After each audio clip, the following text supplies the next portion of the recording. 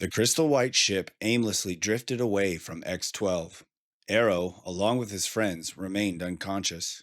An unfortunate side effect from warping too many times. The lowest level of warping sickness is enough to drop a normal being, but including the mass of the ship, our trio was knocked out for over an hour. Before journeying any further into the vastness of the realm, the magnificent ship waited for its new passengers to wake from their forced slumber. Beginning to stir, Arrow rolled back and forth, nauseous from the experience. Finally opening his eyes, he saw Ava and Rael already up and about. Inspecting the room, the padded floor was a slight worry. The room itself was constructed entirely of a stunning red wood with intricate designs carved at various intervals. Weird, Arrow thought. The tattered clothes they had on didn't exactly fit in with the luxurious decor. Survival instincts kicked in at the heavy stomps of something large and metal walking towards them. A distinct thud and clank could be heard as it approached. Arrow looked to Rael, then Ava, none saying a word, each preparing for anything. When the thud and clank came to a stop outside the door, a loud bang, bang came from the other side. The door slammed open, and a kind, deep voice softly spoke. Yoo-hoo! Are we still sleeping? Who's there? Arrow asked. Ah, wonderful! The voice bellowed. The door swung fully open, and a blinding light pierced through the doorway. All they could see was a massive silhouette leaning in. Reaching from beyond the darkness of the shadow was an exceptionally large mechanical arm gesturing for the trio to follow. They immediately knew it couldn't be the wizard because this guy was much larger. Some first timers, are we? That's good. Welcome aboard, young masters, the giant said in a strange guttural accent. We are preparing for a dimensional jump, and I was told to get yous up and at 'em. I'm going to need yous to follow me. Cautiously getting to their feet, the shadowed figure stepped back from the doorway of the intricately designed room, allowing the bright light to barge its way in. Building enough courage, the trio stepped forward. The light produced by the ship was jewel-like and distracting. Although still nauseous and off balance, the magnificence of the inside of the ship was breathtaking. They exited the room onto a mezzanine floor looking over what could only be the main command center. Basking in the jewel light, the interior of the ship matched the room they just left. The sight of rune-covered red wood brought on a bliss that was unavoidable. Yeah, I remember my first time seeing the beauty of this ship. I tell ya, it never gets old.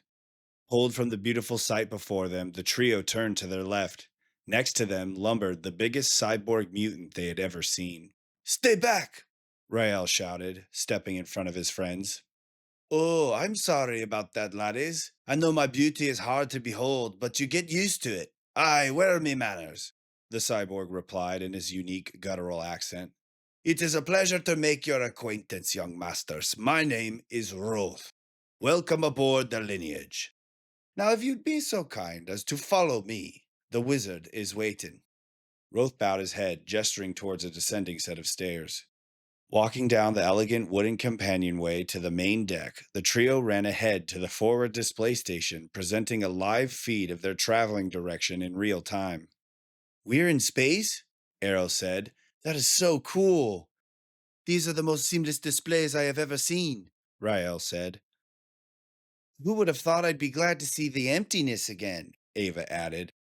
You're absolutely right, Master Ava, Rose said, joining the trio. There is certainly nothing like it. You said the name of the ship was the Lineage? Rael said. I've never seen anything like this before. As a matter of fact, I've never heard of a ship like this. What species or master builder is responsible for such an achievement? He questioned with both amazement and doubt. Actually, Master Rael, the ship was built by your host and constructed from the same materials used to create the Lesser Realms, Roth replied with a condescending tone. Wait, there are other Lesser Realms? Ava questioned. Roth continued, completely ignoring Ava. You should consider yourselves extremely lucky to be among the very few who have had the privilege of boarding this magnificent vessel. Excusez-moi, Roth, sir, Rael interrupted. With the lineage being so unique, what kind of propulsion system does it use? The lineage, sir, is it plasma? Arc? Fusion? Nuclear? He questioned. Actually, wee lad, this is the only ship you'll ever board that runs on the very foundation of existence and creation. I'm talking divine energy. That energy is collected at all points in time by the entire ship itself.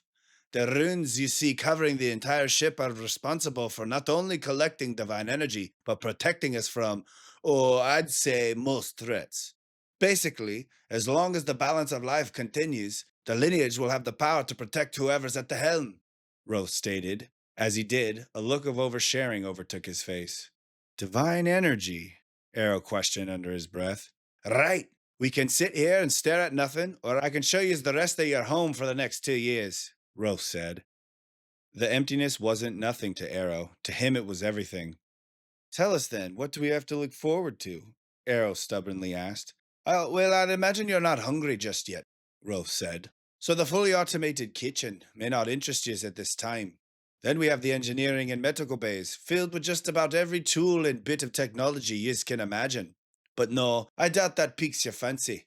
Then there is the dojo, and other various rooms we will utilize for your training. Maybe that's not interesting enough. Of course, the Grand Library is always a hit. The trio stared at each other in disbelief, unsure of where to start. Come on, you wee rascals, follow me. Roth continued to ramble on about the many wonders of the lineage as he walked away from the command center. Arrow, Rael, and Ava remained still. Who and what was this massive monster? They all thought. Roth turned around. The trio could tell he was used to being stared at. A bit about myself, I guess. If you can't tell, I've had some upgrades, and I'm not talking about me arm and leg, Rose said, gesturing to his more monstrous features. We Drolls of Vrodu are a different breed. There are several Droll colonies throughout the realm, but none like Vrodu. Our society was centered around all forms of combat and technological prowess. Now, the Drolls of Vrodu come in all shapes and sizes, the smallest being no bigger than a wee lad, and the largest making me even look tiny. The thought of something bigger than Roth was terrifying.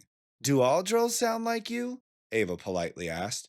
Well, in truth, every clan seems to have their own way of talking, but my clan, the Faltbacks, are all as poetic as I. A large crooked fanged smile grew on Roth's face.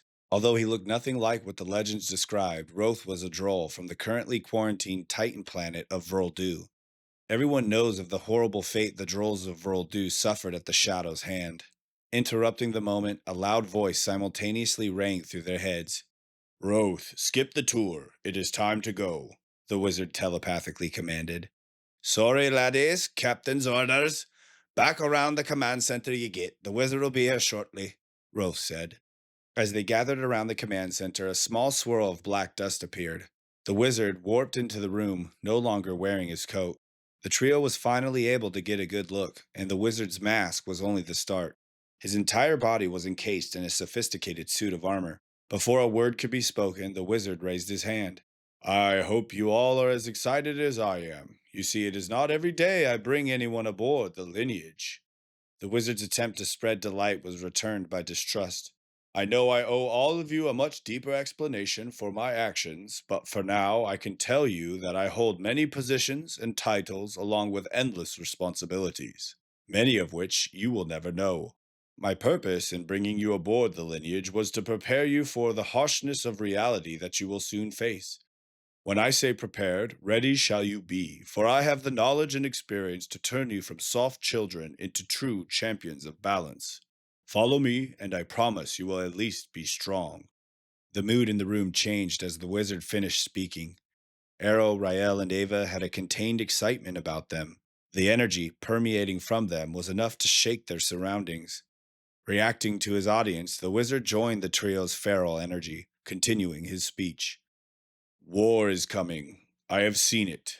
What we do here will make the difference between success and failure. Even now, the forces of chaos conjure in the pits of darkness, just beyond the veil, waiting to make their move. With each passing day, it grows harder for me to predict their intentions. We will spend this time aboard the lineage training, studying, and mastering skills before your evolution at the academy. Undoubtedly timed to the pause in the wizard's speech, metal coursed from the floor, crafting itself into a captain's chair. Sitting down, the wizard crossed his legs before the entire chair turned towards the front viewport. Staring out into the realm, he adjusted his mask. Have you not felt it? The wizard asked. Have you not felt the ever increasing negative energy? The question seemed rhetorical, to which none responded. The wizard leaned around his chair, studying Arrow, Rael, and Ava. A look of serious intent displayed across the screen the wizard called his face. I'd like to ask you all a personal question. What drove the three of you to train so hard? To live the way you did? Your lives were already tough enough. Why make it harder? The trio stared at each other for a moment. The same day we became a family, Ava said. We also made a pact to never be defeated again. That was the catalyst, yes, the wizard replied. But even then, it was fostered by a divine urge, an inner voice compelling you all to prepare for what's to come. And prepare yourselves we shall, for this will be unlike anything before. You will be tested, tried, and challenged again and again by your choices to come here. We are here to guide you through this, he said, gesturing to Roth. You will at times develop feelings of hate towards him and I for doing so, but we can assure you that we will equally be responsible for who you become. As you three have, we must become one big family during this time, a family dedicated to defeating the overbearing shadow and restoring balance to the realm. In sync with the finale of the wizard's over the top speech, golden energy surged through every mechanical component. This energy spread through every atom of the lineage, and when it was time, the wizard clapped his hands over his head, releasing the ship's full power. Everything went black as the lineage and everything aboard successfully warped to another dimension, finalizing one adventure and beginning another.